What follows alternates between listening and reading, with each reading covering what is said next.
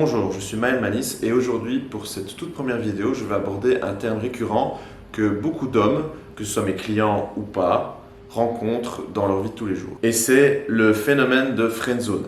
Si tu as vécu ou que tu vis actuellement une situation similaire, cette vidéo est faite pour toi. Dans un premier temps, je vais t'expliquer ce qu'il se passe dans le cerveau d'une femme et d'un homme dans ce genre de situation, et aussi lors des étapes qui mènent à cette situation. Ensuite, je t'expliquerai comment tu peux faire en sorte que ce ne t'arrive jamais à l'avenir, ou que ça ne t'arrive plus jamais à l'avenir, voire même comment inverser la tendance lorsque tu es déjà en plein dedans. Alors, c'est quoi la friendzone? Pour ceux qui ne le savent pas, c'est lorsque une femme cesse de te considérer ou ne t'a jamais considéré comme un potentiel partenaire sexuel.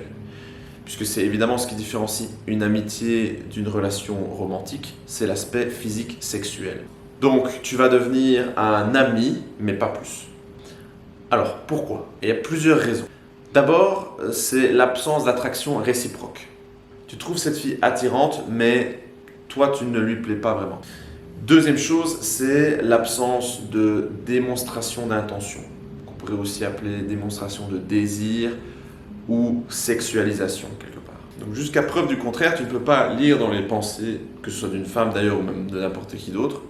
Donc tu ne peux que interpréter, dans le cas d'une femme, les intentions ou même l'attractivité que tu génères envers elle. Tu ne peux remarquer que certains signes, mais encore faut-il savoir les interpréter. Quoi qu'il en soit, de manière générale, il est très rare qu'une fille vienne te dire tu me plais, j'ai envie que nous sortions ensemble. Il n'y a que quand tu commenceras à exprimer ton désir, ton intention, que là tu auras confirmation ou infirmation sur ses intentions envers toi. Et ça, c'est capital. Parce que tu ne pourras jamais être certain à l'avance des intentions d'une femme. Donc tu vas devoir prendre un risque. D'autant plus que son intérêt peut changer avec le temps. Donc déjà, tu peux voir qu'ici, la source de la friendzone, c'est simplement ton manque d'expressivité. Tu n'exprimes pas ce que tu penses réellement, tu n'exprimes pas ce que tu ressens réellement, tu le caches. Tu gardes les choses très platoniques.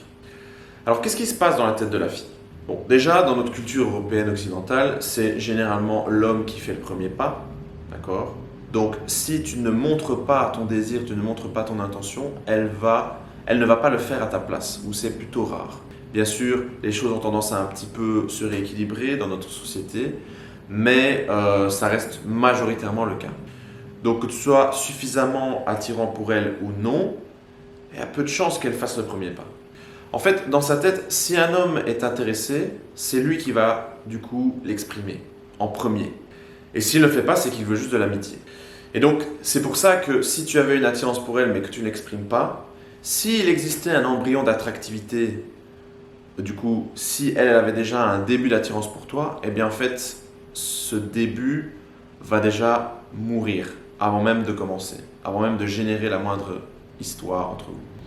Alors tu vas me dire, qu'est-ce que ça change pour elle si je montre mon intention au début ou plus tard?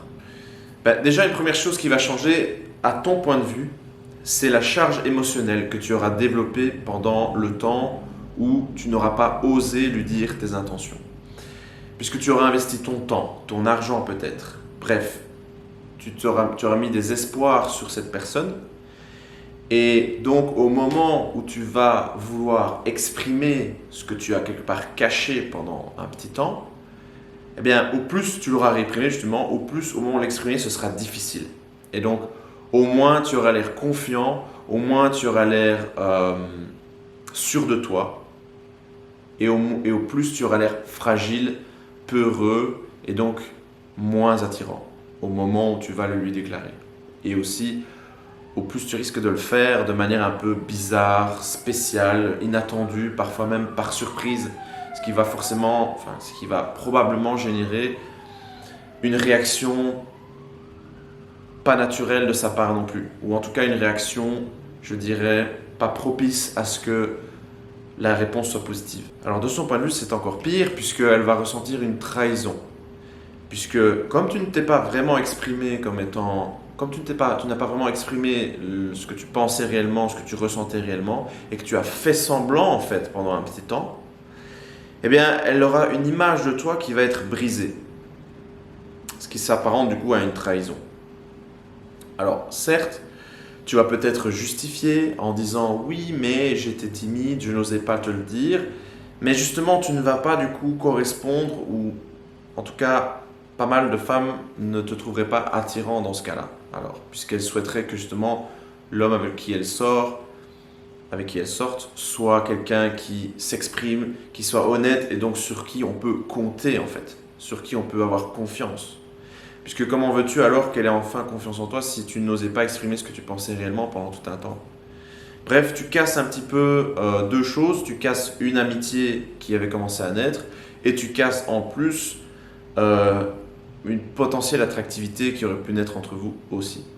Et alors j'ajouterais aussi que, si tu veux, le fait d'avoir fait semblant de t'intéresser à elle par désintéressement, donc c'est-à-dire sans idée, sans attente derrière, pour après finalement dire que oui, il y avait des attentes derrière, c'était quelque part de la sexualité en fait, eh bien ça va un petit peu la dégoûter puisqu'elle va se dire ok, en fait c'était pas vraiment bienveillant et donc tu as joué un rôle, tu n'es donc pas quelqu'un sur qui elle peut compter, même si elle avait de l'attraction envers toi. Cette attraction sera simplement morte avant même de démarrer réellement. Alors, pourquoi est-ce que tu n'exprimes pas ton désir en fait? Eh bien parce que tu as peur du rejet. En fait, tu n'es jamais vraiment sûr qu'elle soit intéressée, puisque comme on l'a dit, elle ne va pas forcément te donner un signal 100% clair et certain. Elle va te donner des indices, encore faut-il savoir les interpréter. Ça veut dire que comme tu n'as jamais réellement de certitude que tu vas lui plaire, et donc que si tu donnes ton attention, elle va dire oui, eh bien, tu vas toujours attendre ce moment. Donc, tu vas toujours dire, ce n'est pas le bon moment, j'attends, je suis pas sûr, mais là, il y a ses amis, etc., etc., etc. Et donc, tu vas continuellement attendre quelque chose qui n'arrivera jamais. Et pourquoi, en fait, tu veux être absolument sûr? Parce que tu as peur, comme je disais, du rejet. Et pourquoi est-ce que tu as peur de ce rejet à ce point-là? Bien, généralement, c'est parce que dans le passé, quand tu as exprimé ton intention, quand tu as exprimé ton désir envers une femme, eh bien, tu as été rejeté. Ou en tout cas, c'est l'expérience générale que tu as eue. Ceci a donc créé un espèce de traumatisme qui fait qu'aujourd'hui, maintenant, tu te dis, si j'exprime mon rejet, tu l'associes avec le fait que tu vas te faire... Si tu exprimes ton intérêt, tu l'associes avec le fait que tu vas te faire rejeter.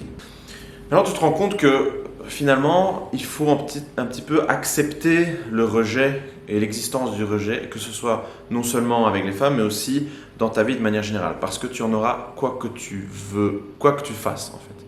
Que ce soit professionnellement, que ce soit en relation, avec tes amitiés, etc. Tu expérimenteras du rejet. Si tu cherches à tout le temps éviter cela, tu n'accompliras jamais rien de bien intéressant en fait. Pourquoi? Parce que simplement, le fait que tu cherches à obtenir quelque chose d'intéressant pour toi, cette chose intéressante, si elle est réellement intéressante, que ce soit une personne, un poste, etc., il y a d'office de la concurrence. Ce qui veut dire que la personne ou le poste en question, en tout cas la personne responsable du poste, qui peut du coup t'offrir ce que tu recherches, a un choix devant lui ou devant elle. Une femme a un choix entre plusieurs personnes qui du coup la courtisent, entre guillemets. Un chef d'entreprise a le choix entre plusieurs candidats. Un ami, une personne a le choix entre plusieurs amitiés qui s'offrent à lui si c'est une personne intéressante. Donc, tu dois prendre un risque de te faire rejeter dans tous les aspects de ta vie si tu veux quelque chose d'intéressant. Ça fait partie des choses de la vie en fait. Et au plus, dans le cas d'une relation avec une femme qui pourrait t'intéresser, au plus tu attends, au plus tu augmentes une charge émotionnelle, cette charge émotionnelle donc, que j'ai mentionnée au début, et au plus tu prends le risque de la trahir en lui donnant un faux message au début qui va après être contredit par ton intention exprimée. Alors, qu'est-ce que tu fais de cette information? Bien, le premier conseil que je te donne, et qui est en fait peut-être le plus important, c'est que tu dois dans un premier temps multiplier tes opportunités. C'est-à-dire que tu dois arrêter de te focaliser juste sur une personne, ou deux même, mais que tu dois justement augmenter les candidates, on va dire, qui pourrait te correspondre. Parce que au plus tu as de candidates, au moins c'est grave si tu en perds une. Donc le risque que tu vois finalement est moins grave que si tu n'avais qu'une seule candidate. Certainement, par exemple, des personnes que je connais qui n'ont eu qu'un rendez-vous sur 5 ans, par exemple, voire 10, c'est déjà arrivé aussi. C'est sûr qu'ils repensent encore à cette personne des années plus tard et ils regrettent et bref, ils sont peut-être même dévastés par un échec. Tandis que si tu as plusieurs opportunités qui se présentent à toi, eh bien oui, largement, chaque échec, on va dire, qui n'est pas vraiment un échec finalement, c'est simplement un manque de compatibilité, on va dire, va du coup être moins important et moins douloureux. Deuxième chose que je te conseille de faire, c'est de travailler sur toi. Donc on l'a dit, une part des raisons qui fait la première des 2 raisons qui fait qu'on tombe dans la friend zone, c'est le manque d'attractivité réciproque. Donc ça veut dire que tu n'es pas assez attirant pour elle. Donc ça veut dire que tu vas devoir travailler là-dessus. Il est possible que tu n'aies pas besoin de le faire, mais si tu te prends rejet sur rejet, ça signifie certainement qu'il y a quelque chose à faire. Que ce soit dans ton comportement ou dans ton hygiène, voire ton hygiène de vie, etc.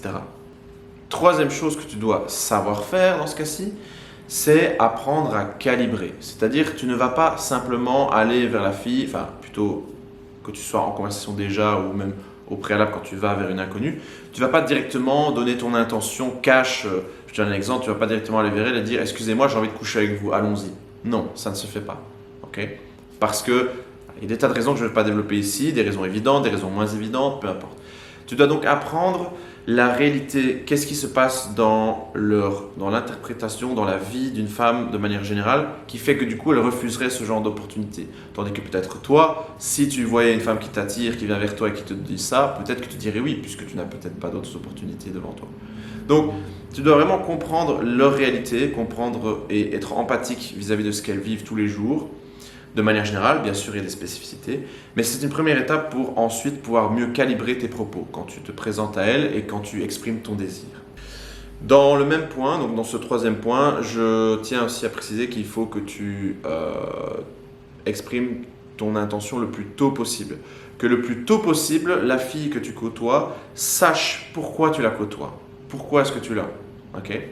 Même si tu n'es pas encore sûr, et ça c'est un point clé, même si tu n'es pas encore sûr qu'elle te plaise réellement, au moins expliquer qu'elle est dans un espèce de processus d'interview pour devenir la candidate, pour devenir plutôt la personne qui partagerait ta vie, si tout se passe bien. Parce qu'au moins elle sait de quoi elle en retourne et elle ne se sentirait pas trahie si au final le message n'était pas clair. Et évidemment aussi, bien, toi tu ne développeras pas une aussi grosse charge émotionnelle pour rien finalement. Ok, donc maintenant tu vas me dire comment est-ce que je peux faire quand je suis déjà dans une friend zone. Comment est-ce que je peux faire pour m'en sortir? Donc, au risque de me répéter, si tu te réfères à ce que j'ai dit au début, il y a 2 éléments qui sont problématiques dans ce cas-là. C'est que tu as développé une charge émotionnelle et elle aura un risque de te sentir trahi si tu lui exprimes ton désir aussi tard. Donc, en ce qui concerne la charge émotionnelle, c'est donc ce que j'avais déjà dit, c'est que tu dois travailler sur toi et tu dois multiplier tes opportunités. Si tu as beaucoup d'opportunités, même en étant déjà dans la friend zone, si tu multiplies des opportunités et que tu travailles sur toi, déjà elle risque peut-être de remarquer que tu as travaillé sur toi et donc de se sentir plus attiré par toi. Et en plus, tu auras moins peur de prendre ce risque de te faire rejeter par elle, en tout cas dans une optique d'être en couple avec elle. Maintenant, par contre, pour la trahison qu'elle pourrait ressentir, c'est un petit peu plus délicat à ce moment-là. Tu vas devoir, d'une manière ou de l'autre, justifier ce changement de ton. Alors, tu peux lui dire la vérité brute. Tu n'étais pas sûr qu'elle t'aime bien et tu n'osais pas lui demander. Ce qui peut marcher, mais si elle recherche un homme qui a confiance en lui, ça risque de la repousser en fait. Tu peux aussi lui dire que tu n'étais pas certain qu'elle te plaise. Ce qui, dans le fond, est possiblement vrai, vu que tu ne l'as pas connue en tant que partenaire romantique. Dans tous les cas, tu dois agir. Pour toi, comme pour elle. Et tu dois en assumer les conséquences. Dis-toi bien qu'il y a d'autres femmes dans ce monde et que perdre ton temps avec la mauvaise te prive de belles années avec la bonne. C'est donc pour ton bien et le bien de ces femmes que tu dois t'exprimer. Pour le bien de la fille à qui tu fais peut-être perdre son temps aussi, et pour le bien d'autres qui se sentent peut-être seules parce qu'elles n'ont pas trouvé la personne qui leur correspond, c'est-à-dire toi. Voilà, donc c'était la première vidéo sur la chaîne. J'espère que ça a été informatif pour toi. Si tu souhaites, comme j'ai dit, augmenter tes opportunités, travailler sur toi, apprendre comment calibrer, comment donner ton attention de la meilleure manière possible, alors tu peux m'envoyer un message, tu peux me dire « je suis intéressé » par message privé. Sur ce, je te dis à bientôt dans une nouvelle vidéo.